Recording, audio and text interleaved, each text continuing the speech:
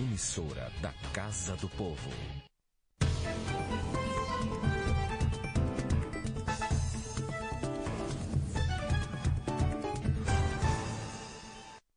Olá, estamos iniciando o plenário da cidade pela TV Fortaleza, a emissora da Câmara Municipal. Hoje é o dia da Previdência Social e também o dia do aposentado. Para falar sobre essa data, estamos recebendo aqui no estúdio da TV Fortaleza o Dr. Rafael Castelo Branco, ele que é presidente da Comissão dos Direitos da Pessoa Idosa da OAB Ceará e, aliás, foi reconduzido à presidência dessa comissão. Parabéns pela sua recondução. Obrigado. E, inicialmente, então, a histórico da Previdência Social aqui no nosso país, para a gente iniciar a conversa. Na realidade, bom dia, né? Bom dia. Inicialmente, Paulo, a todos que acompanham o programa. Na realidade, hoje é um dia muito especial, porque completa, na verdade, 96 anos, né, do que a gente chama da Lei Eloy Chaves, que, na verdade, é um decreto-lei, Paulo, que foi talvez o marco do direito previdenciário aqui no nosso país. E a ideia dessa lei foi justamente a criação do que a gente chamou de caixas de aposentadoria e pensão, que na verdade era a primeira experiência previdenciária que nós tivemos, né?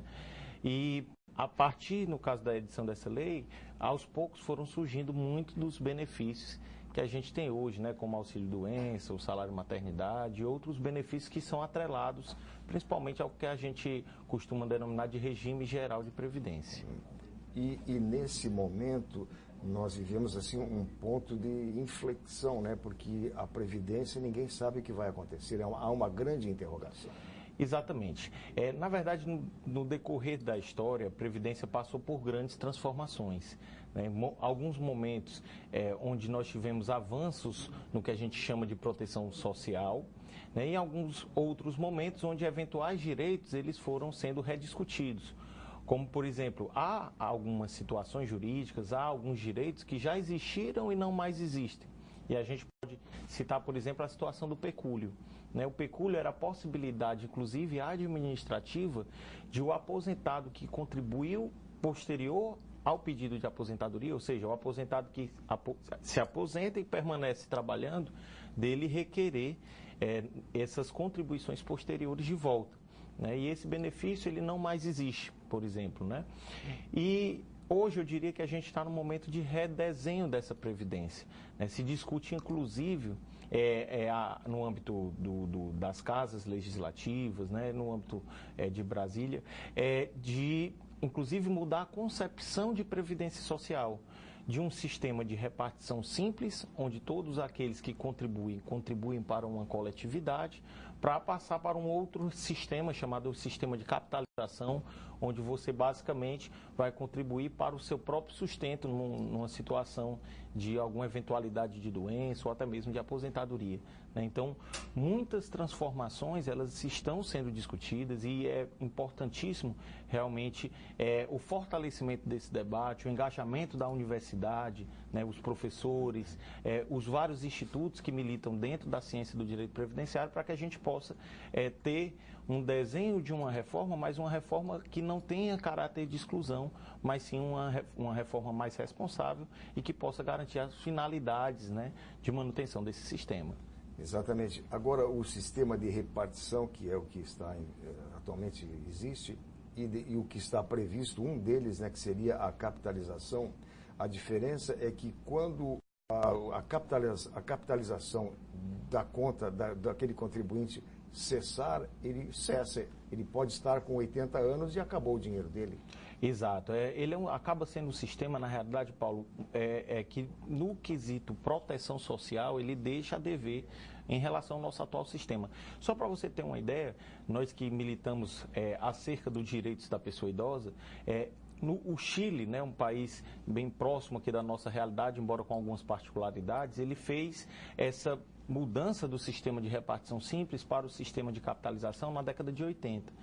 E os idosos de hoje, comparando isso dentro de percentuais, de proporcionalidade, o número de suicídio de idosos no Chile cresceu cerca de 6 vezes da mudança previdenciária. Ou seja, você tem um grande contingente de idosos que eventualmente se aposentam com valores ínfimos, muitas vezes inclusive menor do que o salário mínimo chileno, ou muitas vezes não conseguem sequer se aposentar. E aí vivem basicamente de um trabalho que muitas vezes é um trabalho que também é indigno. Então, são situações que a gente deve realmente ter uma atenção quando a gente se discute de reforma da Previdência, porque a gente sempre fala, no âmbito das atividades da nossa comissão lá na OAB, de que reformar a Previdência não é somente você ajustar as contas públicas. É necessário você compreender que é um sistema que foi criado em 1923, também para garantir uma segurança social, um espírito coletividade onde as pessoas possam viver de uma maneira digna. Exatamente. E essa segurança social, pelo que a gente está lendo, nas possíveis reformas, essa segurança social não está sendo muito questionada. Está sendo mais questionada a segurança das finanças do Estado. Sem dúvida. A gente compreende ainda que mudanças são de fato necessárias. A gente tem uma certa vivência com o estudo da disciplina, a gente sempre tem apostado que há uma tendência futura é de cada vez mais você ter um desenho de unificação de sistemas. Só para o seu telespectador ter uma ideia, se nós pegarmos a soma de todos os valores pagos pela Previdência no âmbito do regime geral, que são aqueles que são vinculados ao INSS, e dividir pela quantidade de beneficiários, você vai ter uma média inferior do salário de benefício a R$ 2.000 por beneficiário, frisando que a Previdência tem benefícios de longa duração, desde o valor de um salário mínimo até 5.800 e alguma coisa que foi agora ampliado.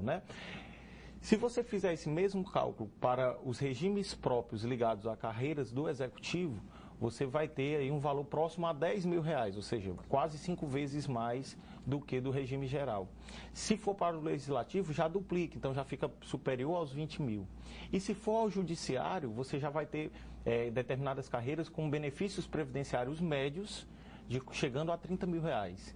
Então, são situações de disparidades entre os regimes que certamente a gente acredita que talvez não nessa reforma, mas talvez com o decorrer dos anos, a tendência é você ter uma maior igualdade entre esses contribuintes, independente da fonte pagadora. Exatamente. E essas categorias que têm mais altos salários são as que mais têm poder, assim, para não permitir que percam aqueles benefícios. Exatamente.